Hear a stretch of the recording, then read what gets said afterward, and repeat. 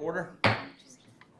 First up, we need to go over the agenda for this evening. Not much on the agenda.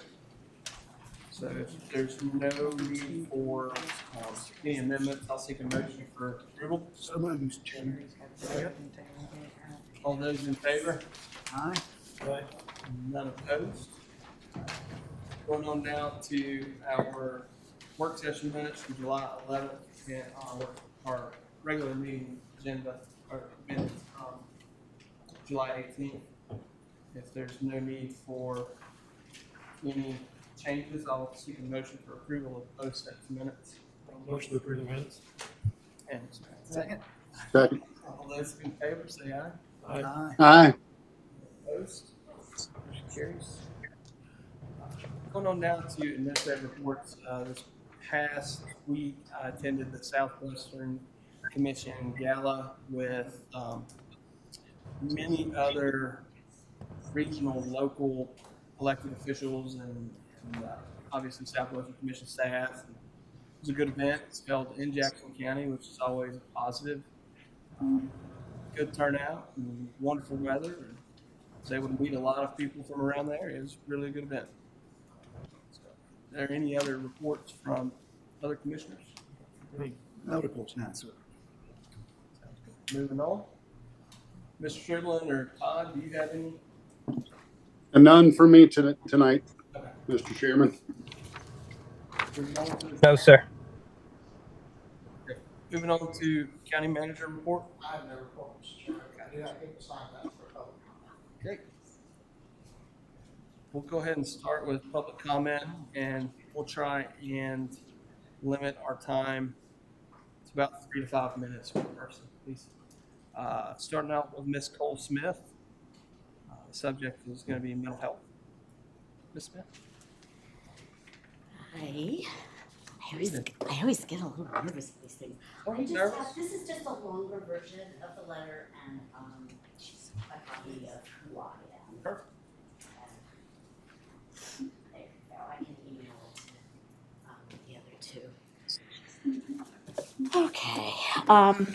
So hi, I'm Terry Cole Smith, and I run an organization that helps folks navigate community resources, particularly those impacted by substance use and mental health issues.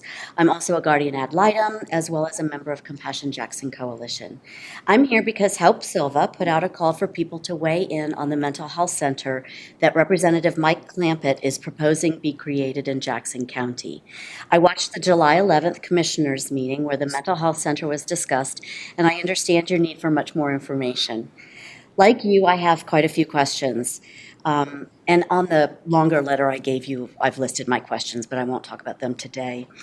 It sounds like Clampett is trying to arrange a meeting in Jackson County to discuss the center. I personally would love it if there was a public forum about the center that could provide more details to the public as well as to the commissioners, and I know town commissioners are involved as well. I want to share with you some condensed and oversimplified information about the process our local citizens must go through if they have substance use and/or mental health issues. And in the letter that I put there, you'll see that I've detailed a little bit. If you have private insurance, it's a completely different experience. I've run through that with my son, but I have gone through the other side of it quite a bit with other folks, with clients.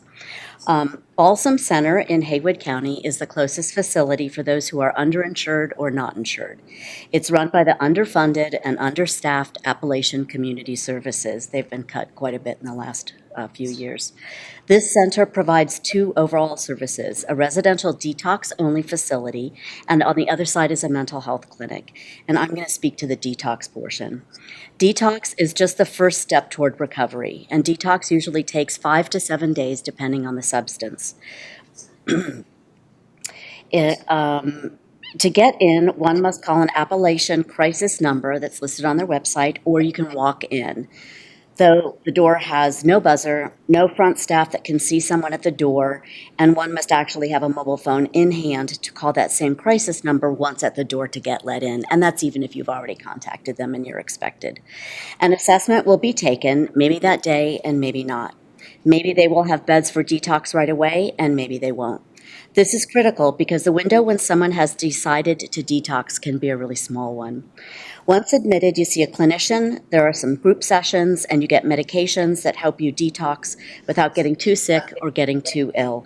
And taking the medications is not highly overseen in my experience, so there are some additional issues that arise from that. Ideally, after detoxing, which is simply getting the drug or alcohol out of your system, one would go to a residential rehab facility.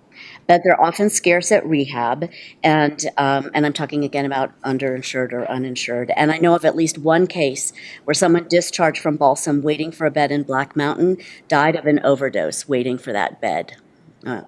They were told it was going to be 3 weeks.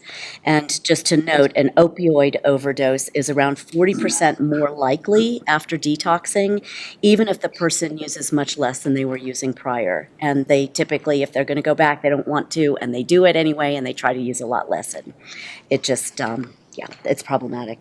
If the individual is not going to residential rehab, ideally they would begin IOP, which is intensive outpatient treatment, through Blue Meridian, which is now merged with Blue Ridge, and they'll start recovery classes at Meridian, which you can take there, and peer support services here in Jackson County. IOP is a several-hour, 3-day-a-week therapeutic program that one can attend in Haywood in person or via Zoom. However, my experience with clients is that there's no real plan developed in-house, again, not out of desire, but because they're really understaffed, and that these services are not arranged before discharge.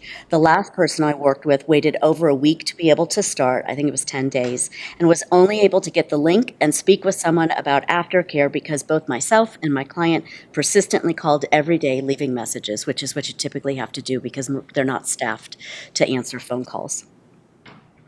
To get the link and speak with someone about aftercare. Jackson County also has no real sober living residences in our area that clients can stay in during these fragile first few months after detox or rehab. It takes many months and sometimes years for brains and bodies to heal and rewire. Falling back into use or even momentary use is very common and considered actually part of the process, unfortunately, if you look at the circle of what this is like.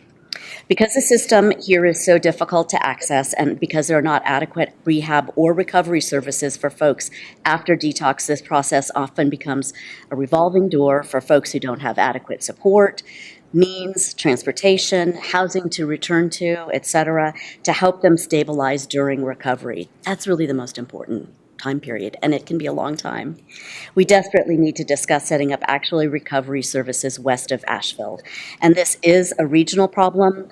Our local folks don't stay in county lines any more than folks from contiguous counties stay in those lines. And you'll see I have a note in there about, law enforcement. And if you have charges here, you probably have them in one of the other counties. So thank you very much for listening to me. I've got a lot more information if anybody wants to contact me. Great, thank you. Next, we have Ms. Baxley. Ms. Baxley?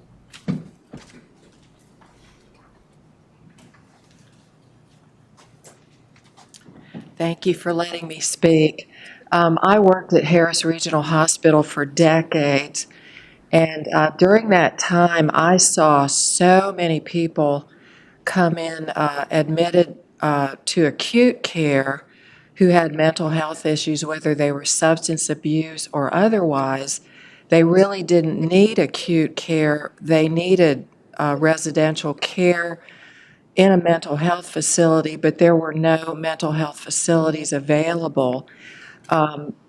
As you know, acute care is very expensive. It's actually more expensive than mental health facilities are.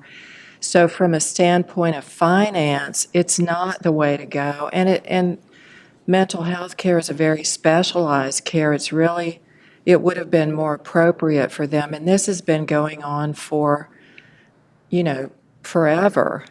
From a personal standpoint, my brother-in-law many years ago came into the ER. He was suicidal. He needed to be admitted. He was unsafe to be turned loose, and there was nowhere for him to go. So he literally sat in the ER for a week on one of those gurneys waiting for a mental health facility that could take him. And if you can imagine being in an ER on a gurney for a week. This happens all the time. We have patients who sit in the ER for sometimes more than that. They have to wait until they can get into an appropriate facility. From a taxpayer standpoint, from a insurance premium standpoint, it's crazy. We need to take care of our people here, the people we love, and we need to have the friends and family right here who can be that support and that anchor for them right here in Jackson County. I had another friend who was bipolar. It's an organic brain dysfunction. She was a contributing member of society for years and years, and then she just simply couldn't deal with reality anymore. And she couldn't get in anywhere locally, of course, and so she bounced from ER to another facility in another county, back home, back to the ER, and this went on for over a year. And because of the people in our church, we managed to keep her out from under a bridge, and she did get great mental health care in this other facility. She is finally now living independently here in Jackson County, doing very well. But I think she was really an exception. And I think that, these are all people that are an example of why we need a facility here at home where we can be a support and an anchor for them right here, taking care of them in this county. And I think financially it just makes sense. Thank you. I hope to not mess this one up. Donato? Miss Donato? Did I get it wrong? Yeah. I tried. D. Donato. Thank you. Sorry. Thank you. Say your name for me. Thank you for having us. My name's Kathy DiDonato, and I'm actually with a new organization here in Silva. It is called Help Silva. And the reason why we started this, at first, I have two other co-founders, which is Sherry and Bill Cade. Both of our children died from an overdose. So we know what it feels like. We know what other people, before your child even passes away, you start grieving. And you grieve until, if that happens, hopefully they can get recovery. I agree with Terry. She did an wonderful job. But I remember my son going to Balsam Center. You know what happened? They arrested him. He got handcuffed and shackled and was taken to Haywood County. That's a shame. We need to stay here in Jackson County. This is a beautiful community, and we need to unite and fight together. And we are here to help. If you have any problems, I have cards. We are on Facebook. We are very passionate of what we are doing right now in the community. We have EMS come to our meetings. We know statistics on how many people have OD'd. On the 18th, we had 17 people of July. That's almost a person a day that OD'd. Now, that doesn't mean, what people don't understand, that doesn't mean you pass away. It means they OD'd from something, some kind of substance. It could be alcohol. I don't care what it is. They need help. And that's why we're here. Thank you.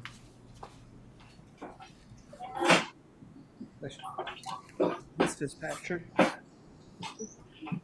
Oh, look at you all. Can't see that. Huh? Tom, you're not muted. All right, Miss Fitzpatrick. Thank you for having us. I'm not here to say anything about the drug problem or the alcohol or anything like that, but I have had one of my children hospitalized. I had to take him to Buncombe County to be evaluated, and he waited there for 2 days for a bed in South Carolina. And I'm a homeowner here in Jackson County, and I love it here. I've also got a little bit of experience with a couple of the homeless population, not using drugs or anything violent or anything, but just mentally ill. And there's just no help here.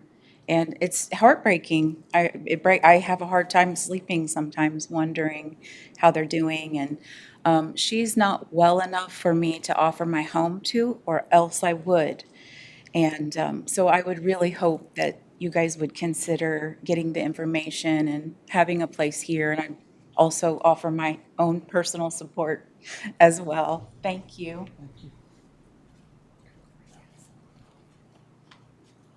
And we also have Miss Nami. Melissa? Melissa. Yes. That's a beautiful dog, too. Thank you. It's Mr. Darcy. He's actually my psychiatric service dog in training. I share that because I am someone with lived experience. I live here in Silva. I have worked in Silva. I have worked with the community at Mountain Project. So I have a great passion for connecting people to resources. And I'm here because I was one of the fortunate people to have health insurance. And I had to go to Raleigh, and I had to go to Charlotte, and I had to go to Tennessee in order to get the care I needed for my mental illness. I don't have the experience of drug addiction, but mental health is just an ongoing recovery process. And now that I'm home, I have to do all my stuff telehealth. I had to do my eating disorder recovery virtual, which meant I went on the computer every day to my therapy sessions, to my group sessions. Not everybody has internet. I have internet. I'm also here because now that I'm in recovery and getting well, I have a deep passion to support others on their journey. And so I am the president of the NAMI Haywood affiliate serving Jackson County. And we have just started support groups, and I can't begin to even tell you, when people hear you talk about something that they can relate to, and they're getting empathy, it helps to dispel the stigma around I'm crazy, because nobody is crazy. We just need help. We need somewhere to go. Terry did a great job. I work with Terry on the Compassion Jackson Coalition, and I volunteer my time at the Balsam Detox Center. And the staff is wonderful, but they are understaffed, and it is a very sad place to go. Just like what Terry said, if you don't have a mobile phone, you're not getting in. Their phone is broken. It's very overwhelming. And when somebody needs help in that moment, if there's going to be a hurdle, they're going to give up and walk away and go back to what it is they're doing.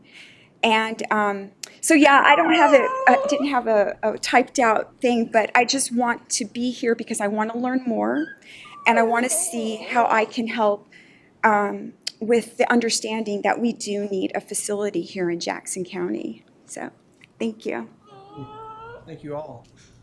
I think it's very evident that it's something that is needed in the county, and I can't wait to, or in the region at least, see what transpires with our meetings with Mike in the future.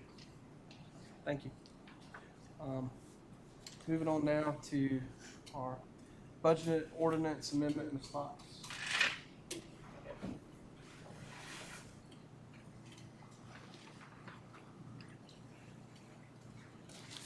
Good afternoon.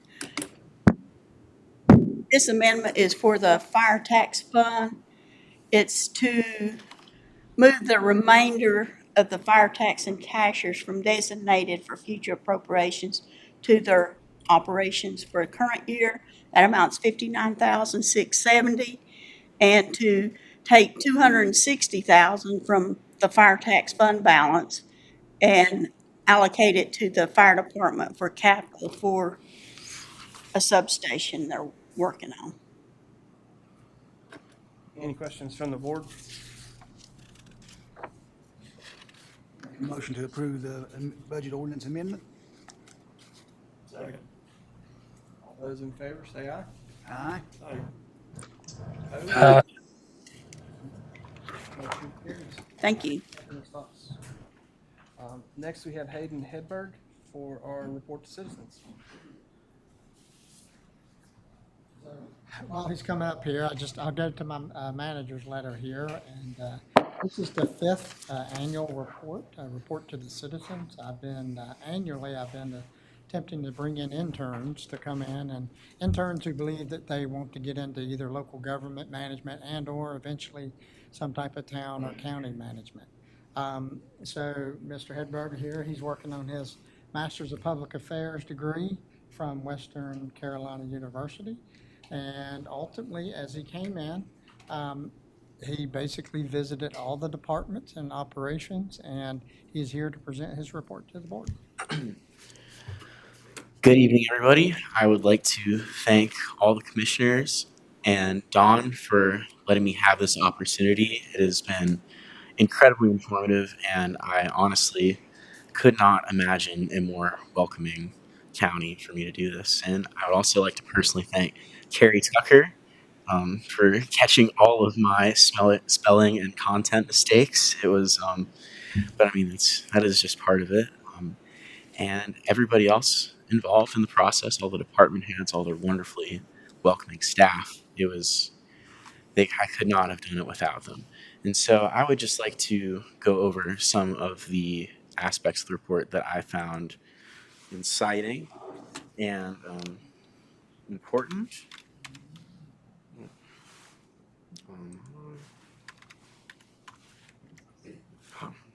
Technology. Why is it not working? All right, I'll just have to do it this way. Apologies for that.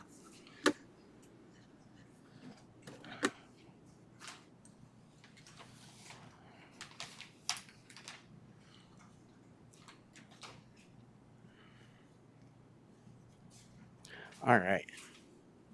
There we go. The first department I would like to highlight is the Public Works Department. I personally feel like this is the backbone of Jackson County. Absolutely nothing would happen at all without the Public Works Department. If something is wrong, if something goes wrong, they are there. And the Public Works Department consists of 5 major divisions: the garage crew, the grounds crew, the housekeeping crew, the maintenance crew, and the solid waste crew. And each of these is instrumental in the functions of government. While this next area is technically under the Public Works Department, I believe that it deserves some time of its own. And that is having to do this the old-fashioned way is a little bit difficult. Thank you for sticking with me. Is the Green Energy Park. I was absolutely fascinated by this very unique asset that the county has, and I was also fascinated by how it came to be. The community had a problem with a decaying landfill, and the county stepped up and turned it into a very, very unique asset that has acquired attention from markets and artisans nationally, and people are attracted to this community for the Green Energy Park. And it has been wonderful seeing how this has been a very, very unique and wonderful place for Jackson County. And just moving on with some new information, the Animal Rescue Center was just completed in June of 2023 and has also been a wonderful asset to the county. It's right next to the Green Energy Park for those that have not quite seen it yet.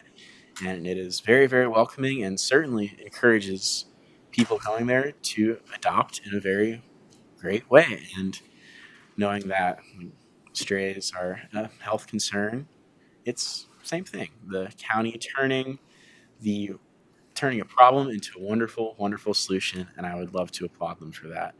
And kind of expanding out, the Animal Rescue Center is run by the Department of Public Health, and they are wonderful. They are a very, very large department that is mostly state funded and also county funded as well. But they work tirelessly and for the unique problems that some of our communities have. I know that they work a lot with the opioid crisis that is currently affecting our region, and I know people here have commented on that today.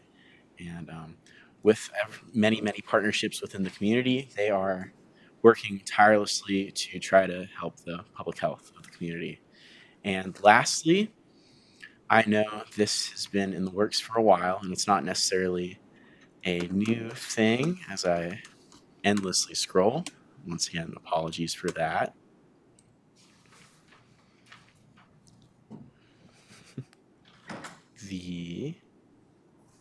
There we go. As many of y'all know, the Parks and Rec Department is currently working tirelessly to build the Aquatic Center.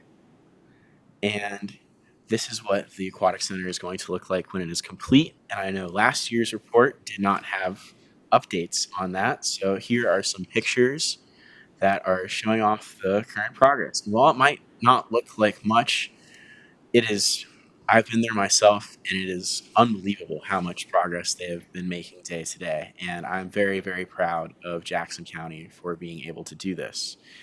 And I guess just to wrap up a little bit, I can say with confidence that I am darn proud to be a resident of Jackson County. And while we certainly have our problems that we have to deal with, I am very confident in this community that we can come together and work to address these.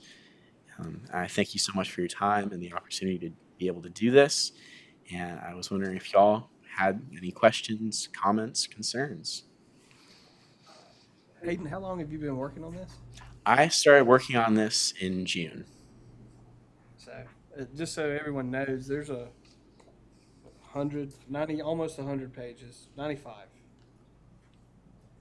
going through everything that the county has, highlights all the wonderful things. So, I think this young man's done a great job.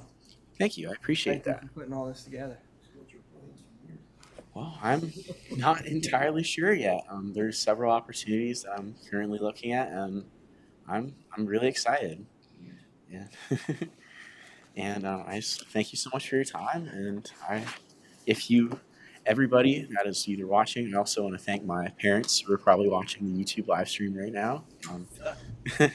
Thank you for the support. Hello. Hello. And if you would like to see a more in-depth analysis of every single department, feel free to take a look. It is all online, and I encourage everybody to do so. Thank you so much for your time. Thank you, Hayden. Is there a motion to adopt this report to the citizens? So moved. Second? All in favor? Aye. Passes unanimously. Aye. Will be published on our website. It was just prior to publishing, we'd present it to the Board of Commissioners. And Hayden's done a good job, and absolutely, this is information for the public. I encourage everybody to go take a look at it. The reason I stopped on the table of contents, it is a lot of information, but I encourage people, if you're just interested in something, interested in the health department, interested in the sheriff's office, interested in one particular operation, this is a good place to just go and read 5 to 10 pages on that operation and give you a good initial set of information regarding that information. So I encourage everybody to go read it. Moving on to legislation, we have Resolution R23-07, supporting the abandonment of State Road 1144, Charlotte Lane. Good evening, Commissioners. We started talking about this, I think, either March or April work session where we talked about the fact that NCDOT received a request from the property owners along Charlotte Lane, which is right now mostly a gravel road that is off Finley Forest Drive in the Glenville community, to request DOT abandon their maintenance of that road. and they submitted a petition to DOT signed by the property owners that have access along the state-maintained portion of that road. And at the time, the only concern that the county voiced, and we worked with the property owners and their attorney, was to ensure that there would be legal access across that road after DOT abandoned maintenance. The property owners and the subdivision worked with an attorney to create an easement document that would provide access. And so, with that document being signed by all appropriate parties, I feel confident making a recommendation that the board consider adopting the resolution to to support the abandonment of Charlo Road, and which is State Road 1144. And the next step would be, if the commissioners do support the resolution, approve the resolution and support, that would move to the Board of Transportation at the state level. They would be the ones that would ultimately approve the abandonment of that road. But this step has to happen before the Board of Transportation can consider that. I'll be happy to answer any questions the board may have. Questions from the board? Is there a motion to approve this resolution? I'll make a motion to approve resolution 23-07. Second. Madam Clerk? Commissioner Stribling, Yes. Commissioner Jones, Yes. Commissioner Bryson, Yes. Commissioner Smith, Chairman Letson. Yes. Thank you very much. Mr. Chairman, since we have a lot of folks in the room and probably, sometimes watching YouTube, just a reminder, this was fully discussed at a work session meeting. We did have NCDOT here. And just everybody to understand, it takes property owners all along that road to sign off on a petition to actually abandon roads. So there is a lot to this process beyond this resolution. This is just the end result. Moving on now to appointments. We have one Southwestern Community College Board of Trustees appointment. We're going to table this, waiting on some additional items to be checked off. So we'll if there's no objection, table this until our August 15th meeting. Okay. Any questions from the press tonight? I have a question for Mr. Adams. Sure. Did we get enough people for the Citizens Academy, or have we had enough sign-ups yet? I honestly haven't looked to see how many applications we've received at this point. I just shared it out, so I just wondered if anybody actually signed up. I'll Trying to drum up support. If you want a more in-depth look at this, Yeah, sign up for the Citizens. It's a lot of fun. As a graduate of the Citizen Academy, I learned a lot. Let me show. Let's go take a look at the. Everybody's sitting here. If you go to jacksonnc.org, see at the bottom of the page right here, it says Jackson County Citizen Academy 2023 applications. Click here, and there it is. One praise tonight. Rolling Start of NC. It's a nonprofit in Jackson County that supplies automobiles to people that are in desperate need of an automobile. They pick out individuals. They'll find a car, refurbish it, get it licensed, tagged, ready for inspection. And we got a thank you from Clifford Fall, who is the president of Rolling Start. $5,000 goes a long ways with this company. They've awarded 5 vehicles to Jackson County residents this period, and they're hoping to triple that. Yeah, they did 16 last year. I believe. 16 last year. So it's wonderful to see all the individuals that this donated vehicle in the county has gone to help, and just a praise for his organization and the volunteers that help make that happen. So with that, we do have a need to go into closed session for personnel. So is there a motion to proceed to closed session? Move that we go into closed session. Second. All those in favor? Aye. Aye. None opposed? Aye. Patrick, don't go anywhere.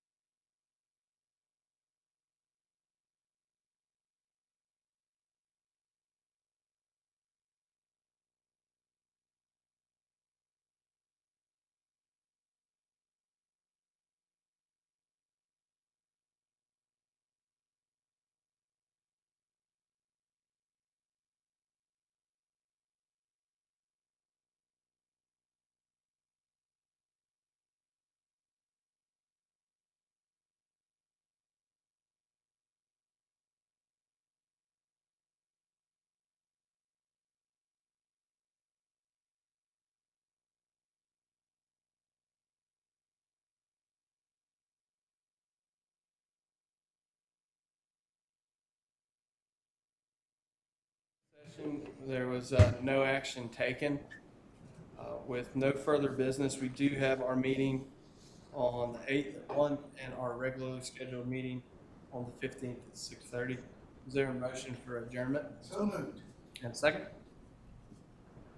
Second. All in favor? Aye. Uh, Aye.